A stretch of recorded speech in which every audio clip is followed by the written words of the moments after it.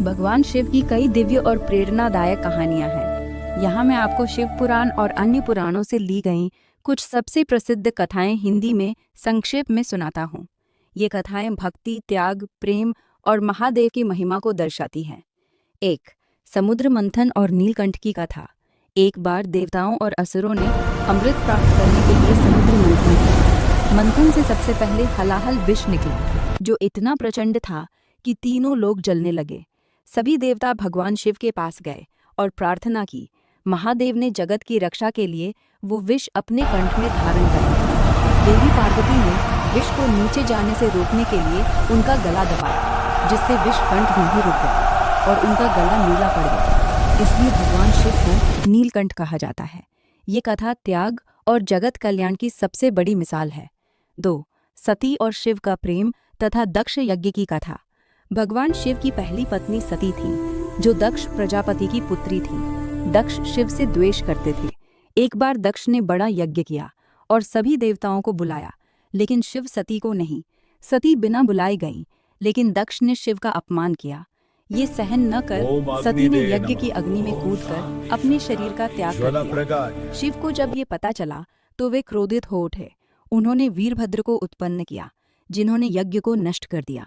बाद में सती ने पार्वती के रूप में जन्म लिया और तपस्या कर शिव को सभी रूप में प्राप्त किया। ये कथा सच्चे प्रेम, त्याग और सम्मान की है। 3. गणेश जी का जन्म और गजानन होने की कथा।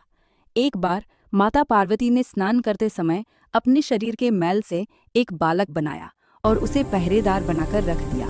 जब शिव आए तो बालक ने उन्हें रोका। क्रोध में शिव ने उनका सिर काट दिया। पार्वती के दुखी होने पर शिव ने कहा कि पहला जो सिर मिले उसे लगा देंगे। नंदी ने एक हाथी का सिर लाया। शिव ने उसे बालक के धड़ पर लगा दिया और उसे गणेश नाम दिया। इस तरह गणेश जी का जन्म हुआ और वे विघ्नहर्ता बने। 4. गंगा अवतरण की कथा। राजा भागीरथ अपनी पूर्वजों की मुक्ति के लिए गंगा को पृथ्वी पर लाना चाहते थे। गंगा के वेग से पृथ्वी नष्ट हो सकती थी, इसलिए भगवान शिव ने अपनी जटाओं में गंगा को बांध लिया और धीरे धीरे पृथ्वी पर उतारा।